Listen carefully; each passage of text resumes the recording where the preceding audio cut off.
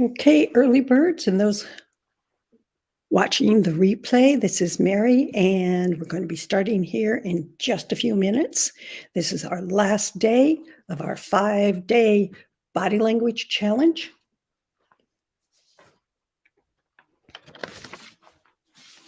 So as you get into the classroom, feel free to let me know you're on board. Okay, we've got a Facebook user. Let me see if I can find out. Yay, Anna's here from Albuquerque.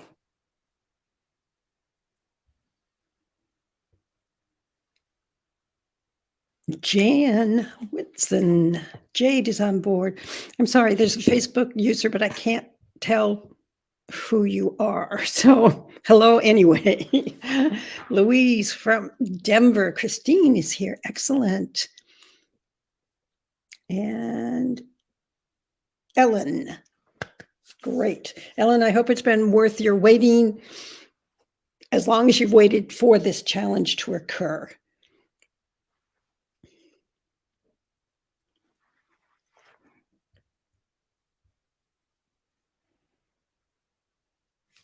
Okay, I'll just take another moment or two because I did not get in here as early as I had wanted to. Kate's on board here.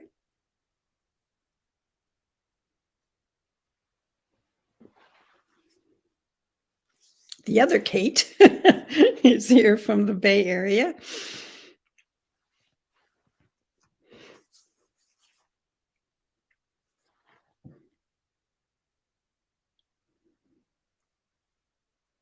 Oh, how fun. Ellen, you are registered for the May class. That's exciting. I'm so glad that you got in because we have a whole lot more information, clearly, that we can do in literally 6 weeks of material, 5 weeks of the course itself. Saskia found us. I'll give it just one more minute. The lecture today will probably be on the light end because I want to give you time to ask any questions you might have, any concerns, anything, since this is going to be our last day. I have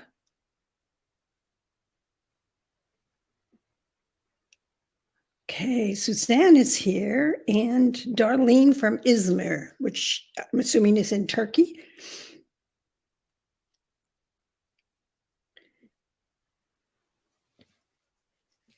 Amy's also going to be in our month-long class, which is great.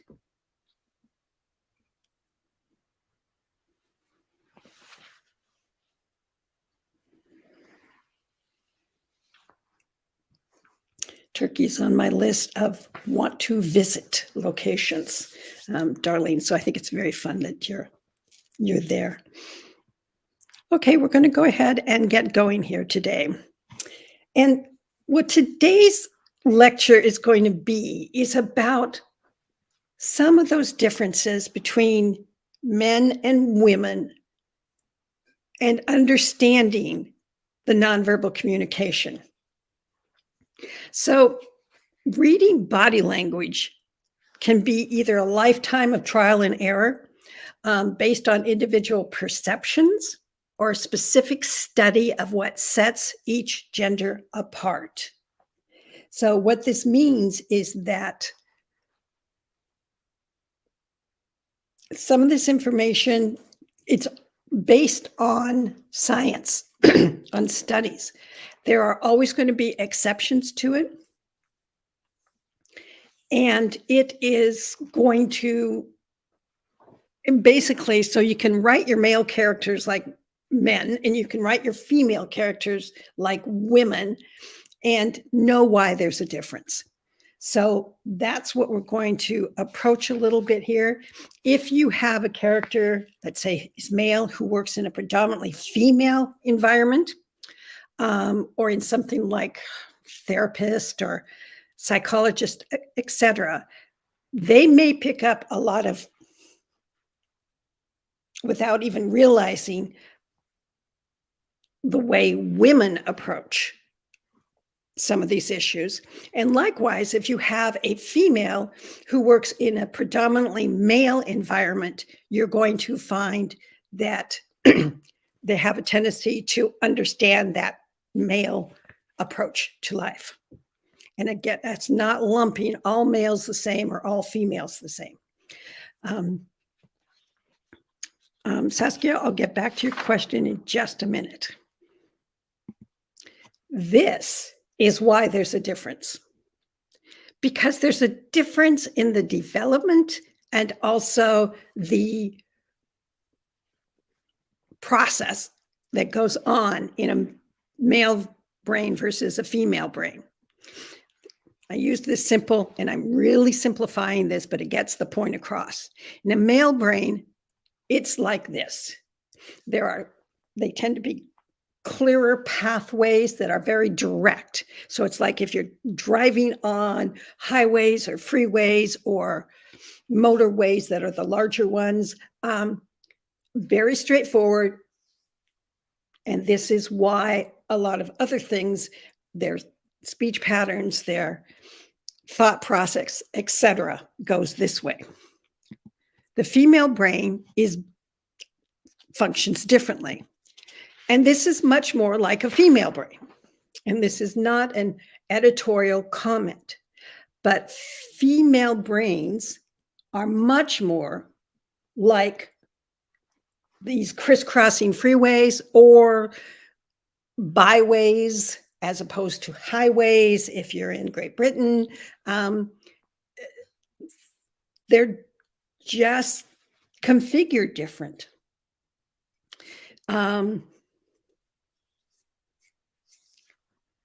So this is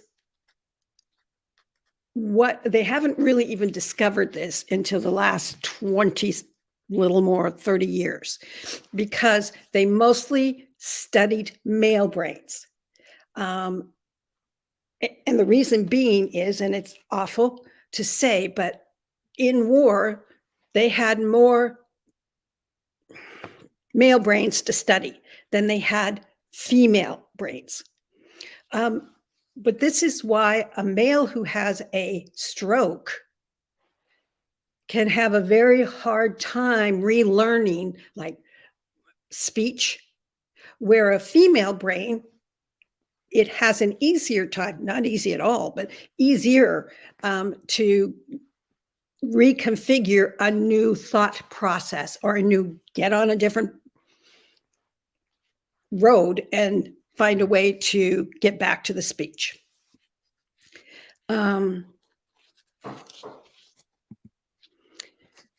So here's some of the basic understanding here is that women send approximately 5 times more body language messages than men in the same time period. And they do this in part because historically, go back way back to caveman days, they were the smaller creature. They were the more physically vulnerable to a man. So they have developed a way to make sure that they know that communicate to the other, that they are not a threat, that they are not that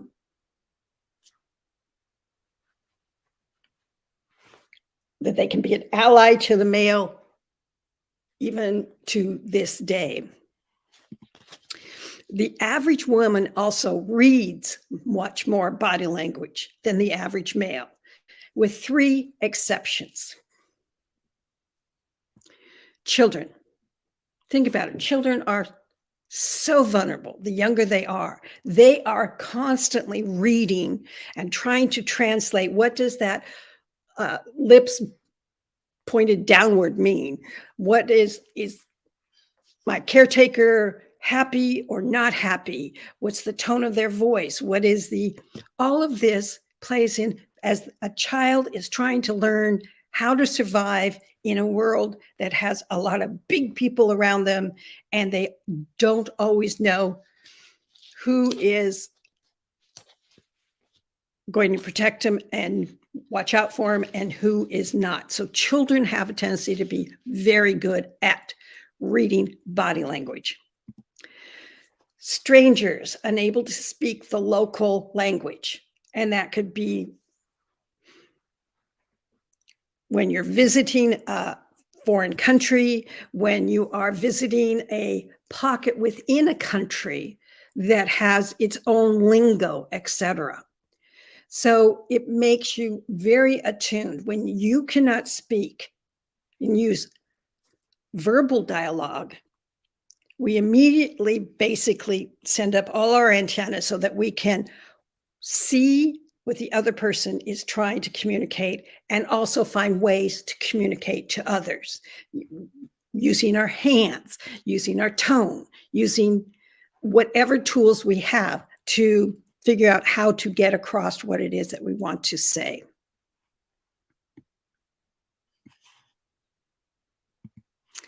Law enforcement is another group. And now this is where they're normally taught to how to de-escalate situations simply by tone of voice and stance. Walking into, at any given time, whether it's a traffic stop or a domestic violence or whatever it is, in law enforcement, you are trained oftentimes. Now, if you're working behind the desk, not always as much, but you are still trained. So there's variations in these exceptions, but they run pretty true. So knowing who and what your character is on the page, you're going to get a better idea of, are they going to use a lot of body language, or are they going to tend not to use body language because they've been trained to, or because they've been in situations that have made it imperative that they control their communication. And by that, I mean, this is where a lot of individuals can learn to control their facial expressions. But from the neck down, they sometimes forget. And so that's where you're looking for the body language from those characters. Women can tell 85% of the time when men are lying, whereas men can tell only 25% of the time when women are lying. Now, that 85% is based on the fact that women do not only read the face. They have a tendency to be picking up on other messages. The hands, the way the body is held, the way is the body being protected or not protected. Whereas men have a tendency to rely on the face. Kind of like when you did the first exercise, exercise 1, where you did a count for the different parts of the body that you're using in your manuscript. And if you're only using the face for another character to see, or only watching the face, you're missing out on basically 60% of the messaging.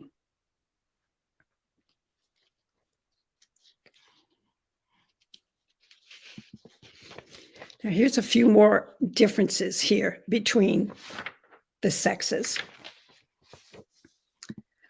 Women's eyes can dilate, and they will dilate faster than a man's. Why? Because it creates quicker rapport. So this is why, if you look at stuffed animals, why they make the eyes of the bear or the Mickey Mouse character, they make it mostly dilated because this is creating that rapport. Okay, let me go through some of these questions now. So I'm going to go way back up to Saskia, who asked, in my opinion, is there a perfect proportion of NVC in a piece of fiction? No, there isn't. All depends on the genre, the subgenre that you're writing, and the situation of the characters. So, and if anybody tells you otherwise, run fast and far, because That is where we, as the author, you have someone who is you're writing something that is in the tenser type of, like, oftentimes an urban fantasy or a action adventure, a thriller, a suspense. You're going to have more body language because the characters tend to be in life-threatening situations. But if you're writing something that's like an inspirational romance or a cozy mystery, not so much. So you're going to have different amounts of body language, but you're also going to, so you're not going to be looking at the issues that can tell, is this other person a threat or not, as much as, is this other person telling a lie? Is this other person worried? Is this other person nervous about something? So Anne says,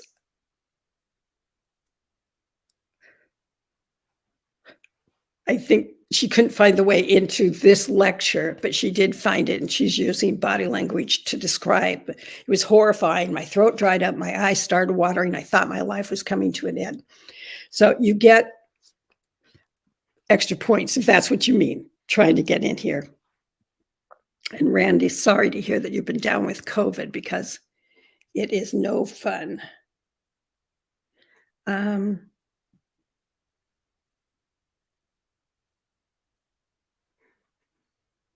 Darlene says secret manipulators. I'm not sure what that is in reference to, but it's not like one sex is manipulating the other anymore. They're just using body language in different ways. Saskia, I don't know what line. I didn't know she was speaking. I think it's a line something, and I don't recognize it. Sorry. Ariana, so when we write male point of view, he will only describe her facial expressions. It all depends on the male. All right. So if you have a male who was raised in an abusive situation as a child, and he might have more empathy for women as a result, then he's going to look beyond her face. But males tend to look simply at the face. So Ariana, in your particular story, you have a warrior. Now that warrior male has no doubt been trained to look at more of the body, because there could be a threat from a female enemy that's not revealed in the face. So it's up to you. Don't make it one way only. Randy, women are better salespeople than men. They have a tendency to, because they're reading the body language. And so they know when the person is listening. They know when the person starts changing their opinion, all of that.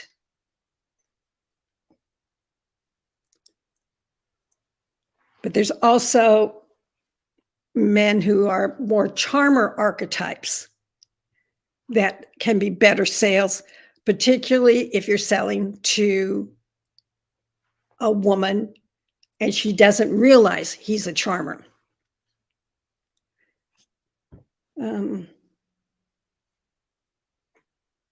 Giona says, one of my characters is a con artist. He'd be skilled at body language and covering up his feelings and convictions. Absolutely. Absolutely. So, and then the last question is B.A. Davies, any tips on writing body language for your point of view character versus the NVC, the point of view character is observing in another? That is exactly what yesterday's assignment was about on BA. It was so that you can put yourself in that, feel where it's felt, and that then lets you know if you have a first person point of view. That can help you, because it's almost This is why many times it's easier to write first person, because when you're writing first person, we have a tendency as the writer to go deeper into their point of view. And so we're feeling what they're feeling. So what you're going to do when writing is what they're seeing is something different necessarily than what they're feeling. Okay, let's see. Robert says, fighters read the whole body, including where the feet are pointing, the angle of the hips, and the eye direction. Absolutely. And that is what law enforcement that is particularly in larger urban environments are. That's what they're reading too. So, Leslie, do you have any figures on the difference between female and male law enforcement? No, I'm afraid I don't have. But I know that after I've given this talk, the whole talk, when I talk about the differences, I've had female law enforcement come up and say, so that's what we're doing, or understanding now, because sometimes the female is still, remember, many times physically, she's coming up against males who may not value a woman. She can be smaller, she can look less intimidating, etc. So she's going to use not the same, the male law enforcement, particularly if they're over 6 foot, are going to use their size to dominate. But it is, Leslie says she's a retired female law enforcement here. Excellent. Then you understand it too. But a female who is good at the process of interviewing is going to be developing different skills than the female who is going out into an urban environment with a lot of gangs. So the point is that the woman is going to be noticing more. The man can be trained, but that isn't always enough. If he's come to rely on the I'm bigger, I can take you out of his build, he may be missing some of that body language communication. I'm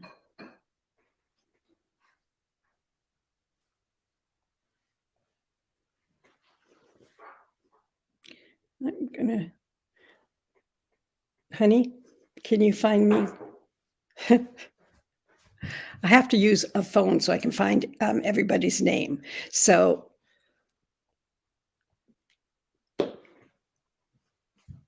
Connie says that would be true of hand-to-hand combat. Absolutely.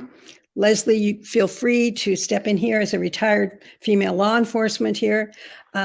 Anna asks, so when we're writing a point of view character, we should keep in mind the gender of that character to determine what nonverbal communication they're observing. Yes, but again, there's going to be exceptions. All right. It has to do with, and I don't want to spend our time together today going this deep, but it has to do with the amount of testosterone that they have in their body based on their development at a very early age. So the more testosterone, the more these male attributes come to play. Less testosterone, they're not, but you're not going to be able to tell that about a male. So,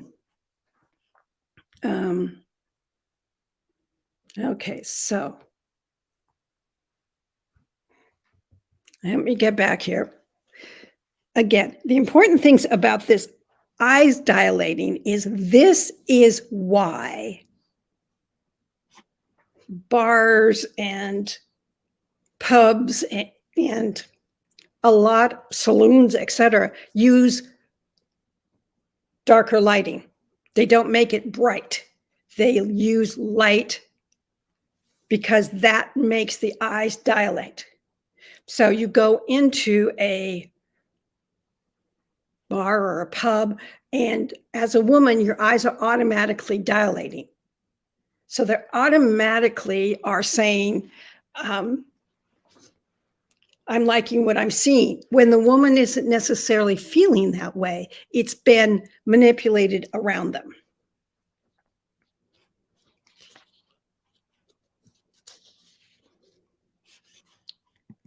Now, when a woman combines a smile with an eye contact, even a couple of seconds, that sends a very clear message to men that they're interested.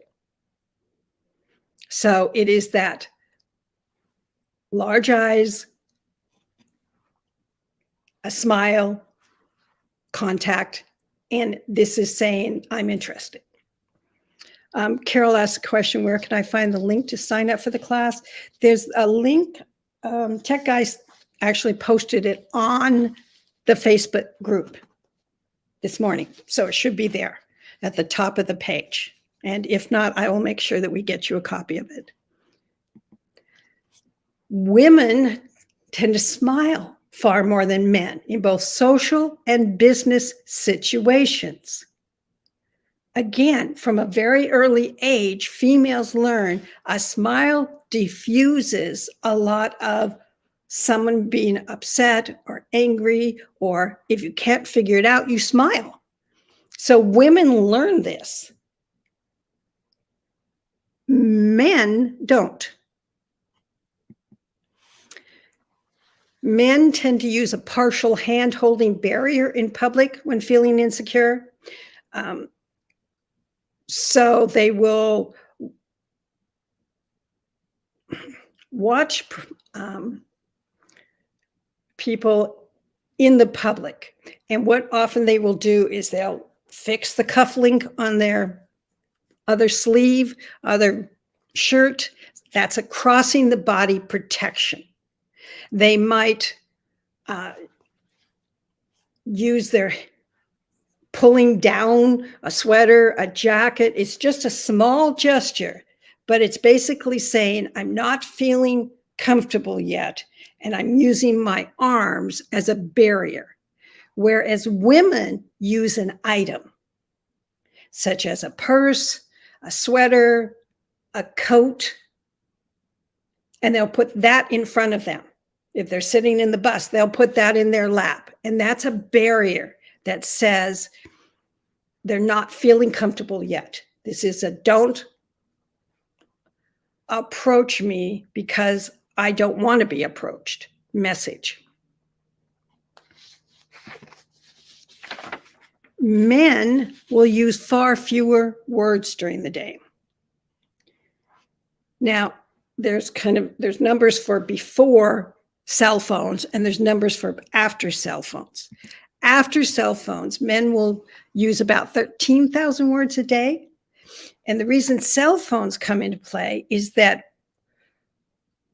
if you've noticed when cell phones first became easily accessible, you would go someplace and you would sit down and a man would come and he would sit down immediately. He would pull out the phone and call somebody just to tell them where he is, even if they haven't talked to the person for months or years, because it, again, is just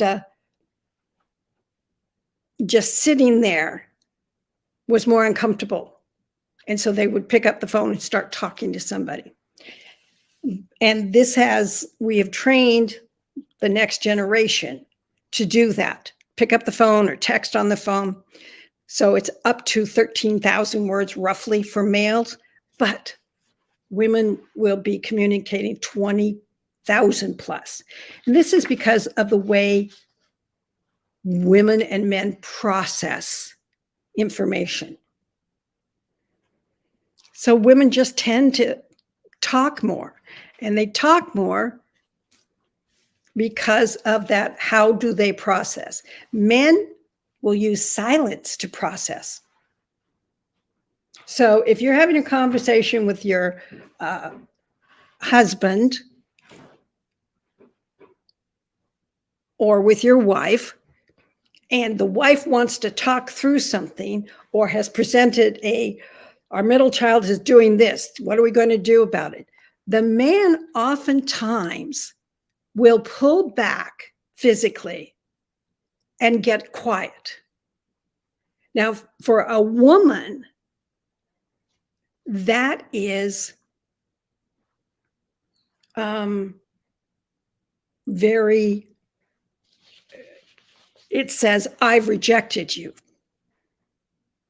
So if you've given a man an ultimatum or even something needs to be done about this, he's not going to continue on chat. That's not his process.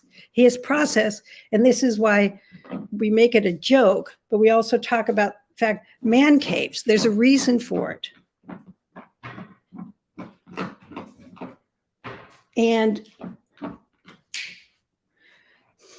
sorry, I have a cat trying to tear apart the plants.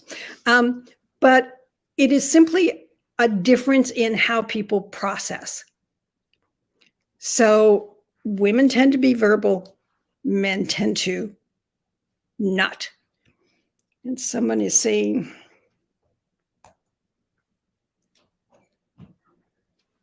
all it says is Facebook user, I apologize, that introverts tend to do that too. Yes.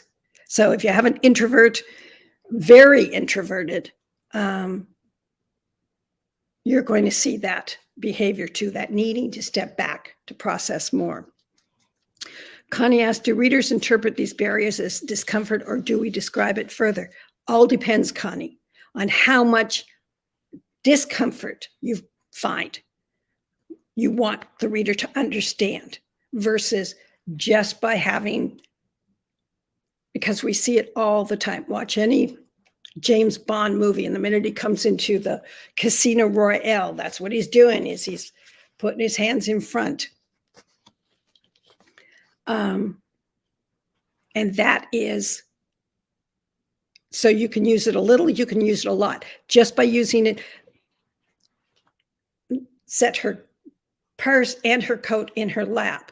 That's letting most women understand what that's doing and saying. But you can enhance it if you need to for the sake of your story. Okay, someone else is saying, it's easy on an airplane whether your seat partner, especially with men, wants to visit or be left alone looking at their body language. Well, it all depends. It's easier.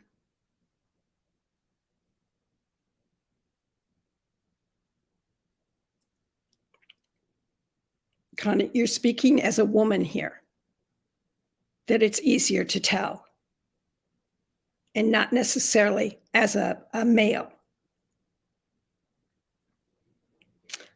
Jan says, I worked for years in a male-dominated field. Now I know why I am so much slower to respond than most women I know, even in a chat. Yes, we get trained by our environment. Women tend to look directly at another when talking, whereas men tend to cock their heads and look at an angle. So you have two women talking to each other, and they're going to be facing each other. And if the other woman turns away, that is saying, I'm not listening anymore to you, to the first woman, but not to men. This is why men will stand shoulder to shoulder, facing outwards, and talk to each other that way. Not looking in the eye. It's like, and guys in the class, don't take this personally, but men are like dogs that way.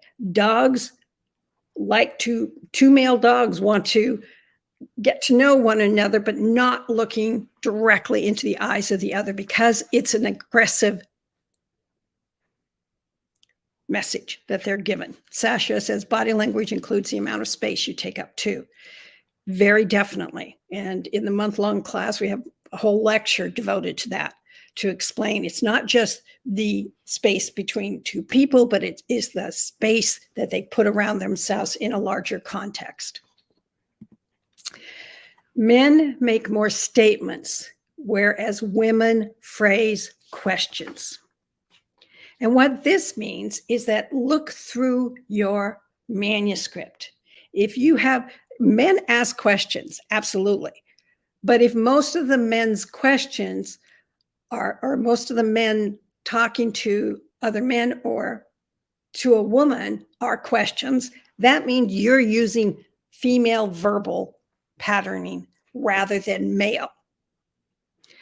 The example I use is something I actually overheard. I was in a car, the husband and wife, husband was driving, wife was in the passenger seat. And she said to him, "Shall we pull off at the next exit and to have lunch?" That was a question. The guy said, "No, I want to go to someplace else. I want to go to some other place down the road." Now, I, as a woman, knew that from the woman in the front seat, that was not, it was a recommendation that she was hungry and wanted to eat. The guy did not pick up on that. He thought it was a question. Yes, it sounded like a question, but it wasn't the kind of question that gave him a choice. And if you're in a relationship anytime, you know exactly what I'm talking about.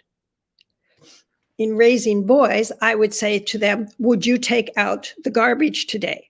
One day, tech guy finally said, "You can't make it a question. You gotta make it take it out in the next 15 minutes, take it out before you leave, something that's very clear and actionable." They understand that. Women tend to use more intensifiers. Intensifiers are another way of kind of muting a comment down, making it more neutral. So, just so I understand, you're going to be doing this and you want me to do that. So it is, that mutes it down instead of being a more statement that comes out and says, "You do this, I do that." Intensifiers, few, so, really. I really think that we should go and eat at this next station. Is that okay? We just do that naturally. Amy says that she and her spouse are opposite of that. And that's why there are variations. Also, once a woman has gone through menopause and her testosterone increases in relationship to other hormones, she can get more direct.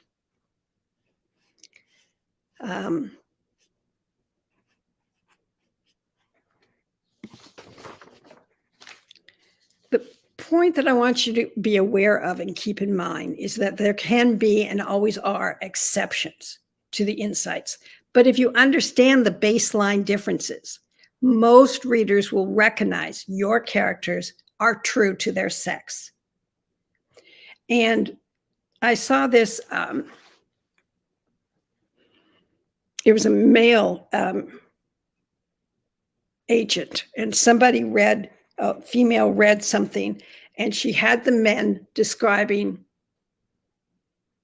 that a character was wearing mauve.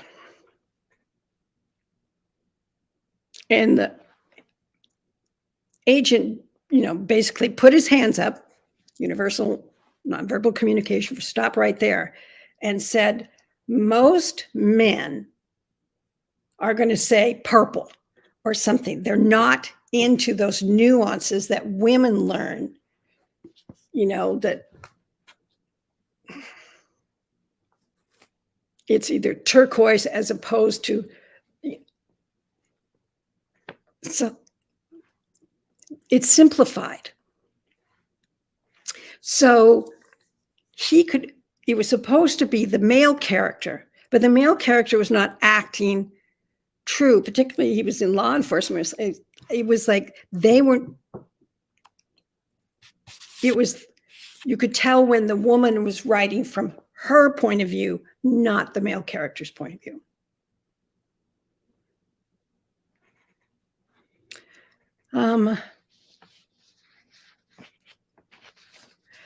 Saskia says, I knew a guy had been told that eye contact was important and he would never pick up. The most that people, mostly women, were super uncomfortable under his weighty, unending gaze. Yes, because that is stalkerish and a threat. But someone giving him that advice was just say, don't memorize the ground, look up at the person. Or if you acknowledge them by looking at them, but not that gaze, which is kind of like holding them hostage. Someone else, again, don't have a name. I had a boss who communicated between question and order. We need to do such and such. Took me a while to realize that he meant you need to. Yes, that I call that in my household the Queen's we. When I suggested Tech Guy that we, Queen's we, need to get this done.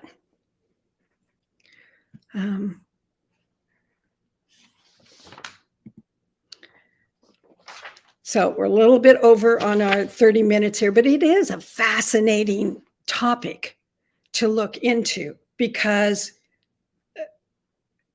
the way we talk, the way we communicate, it's amazing that any relationship lasts longer than a couple of weeks when you think about why these differences and start to understand why the other difference matters. That it is not just like are they going to, when something has been discussed that matters to the both of them and one goes silent and walks away or looks out the window, turning the back to the first person. This is why we can have really communication issues between the sexes, because we don't understand that's a good thing. The other thing is that men have a tendency when listening intensely to frown. Okay? Women take that frown, as in a you aren't happy with what I'm telling you message.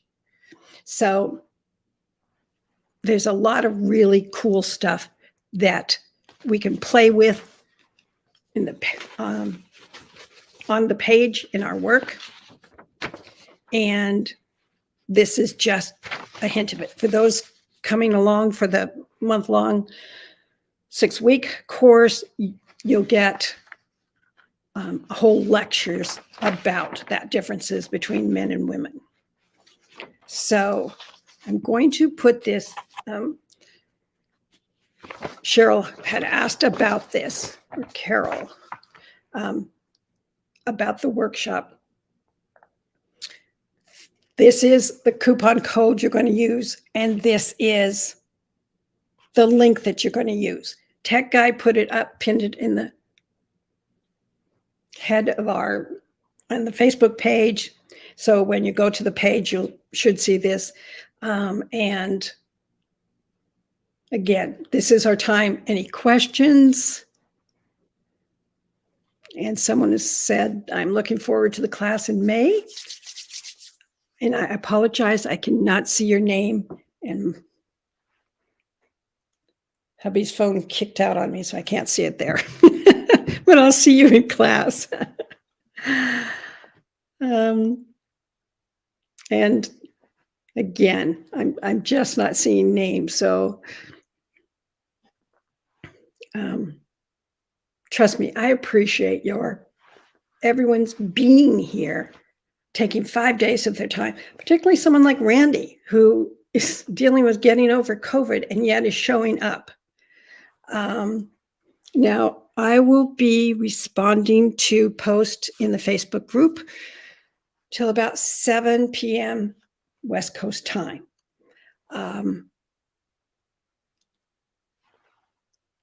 I was able to, up until about 10 o'clock last night, looked like I covered most of the posts that I could find.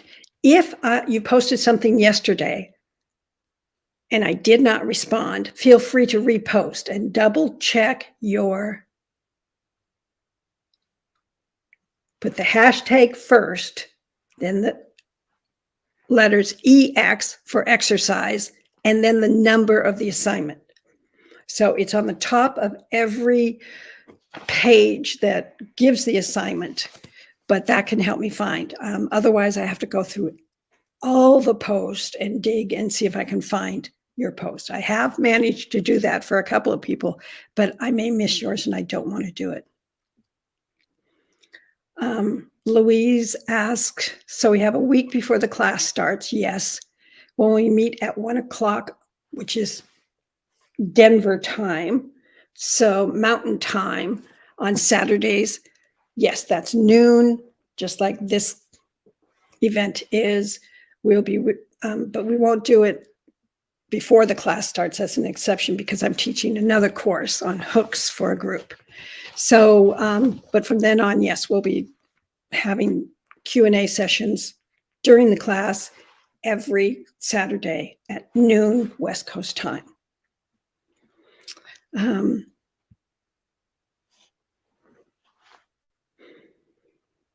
Robert, that was a great piece that you did share. It was longer than what we were thinking, but it was a very good.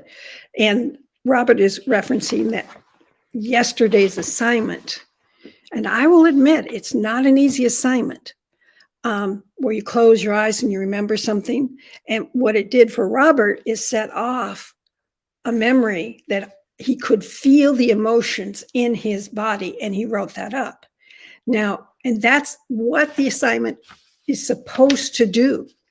But some memories, we don't want to feel that bad. We don't want to feel those, where grief is in our body, where abandonment feels in our body, how we responded to it, depending on our age and the situation. So I understand that perfectly. So, but Robert shared that, and it was very, very helpful. And you can see what a difference it can make in someone's writing. And for those who took the time to go through the assignments and try them, even if all they said was, I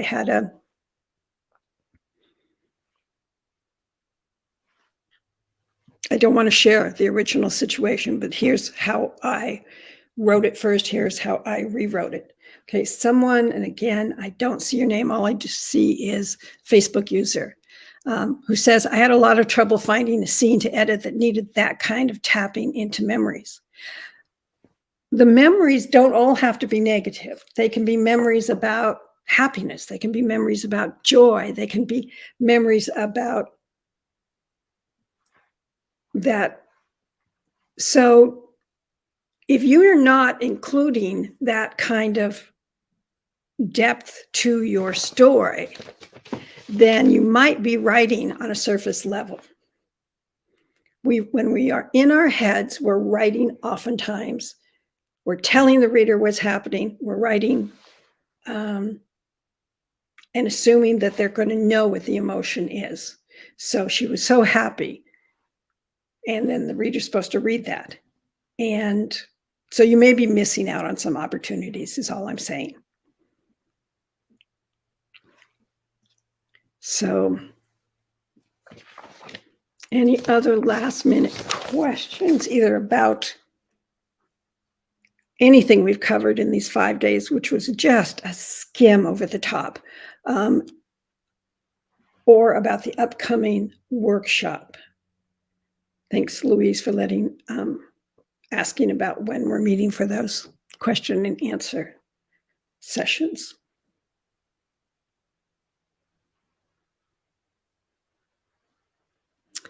Okay, someone's saying, I wish I could do the class in May. It's outside my budget. I understand that.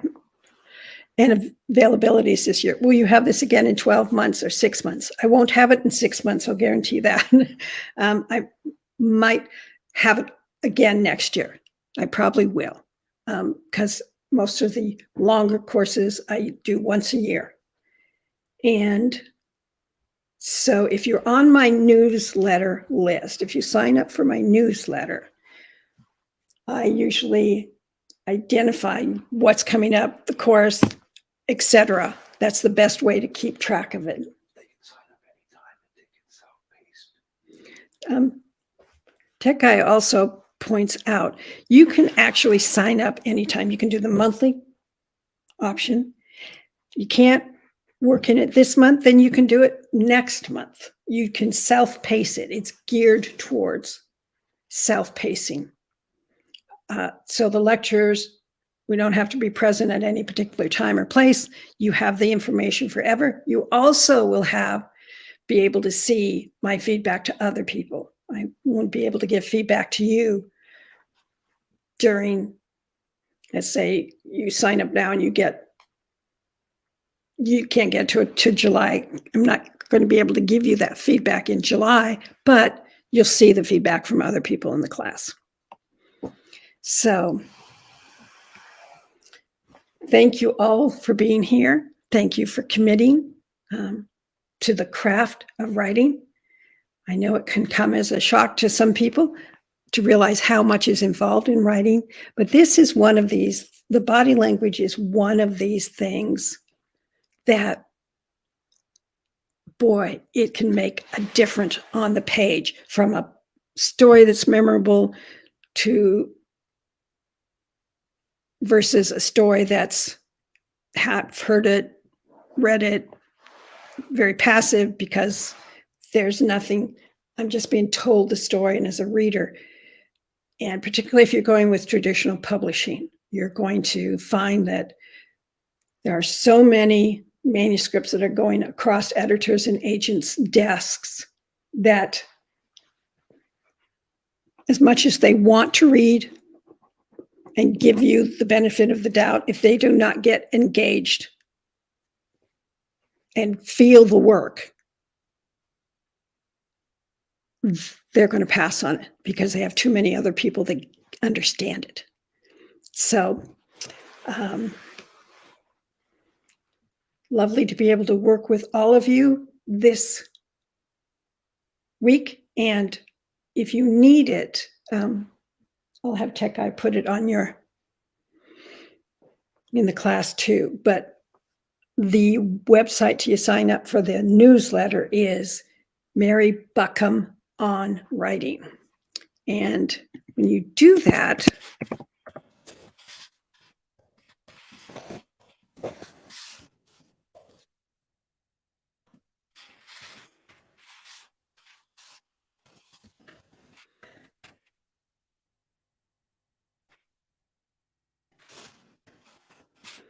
when you sign up, you will also be given 2 different ebooks. One will be a book on writing active setting. It's just an ebook about one craft book that I've written. And the other will be a 365 quotations, so that things that I have found helpful personally that you might find helpful as you go forward and you get stuck or frustrated, etc. So, okay, folks, I'll let you go today and hope to see you I probably won't be doing more challenges. But I will be finding ways to communicate with writers in different ways so that there can be a learning session that you may not realize about what could be helpful to you. So again, let you know via the newsletter. So hope to see you again. Take care, have fun with your writing, and keep moving forward. Bye.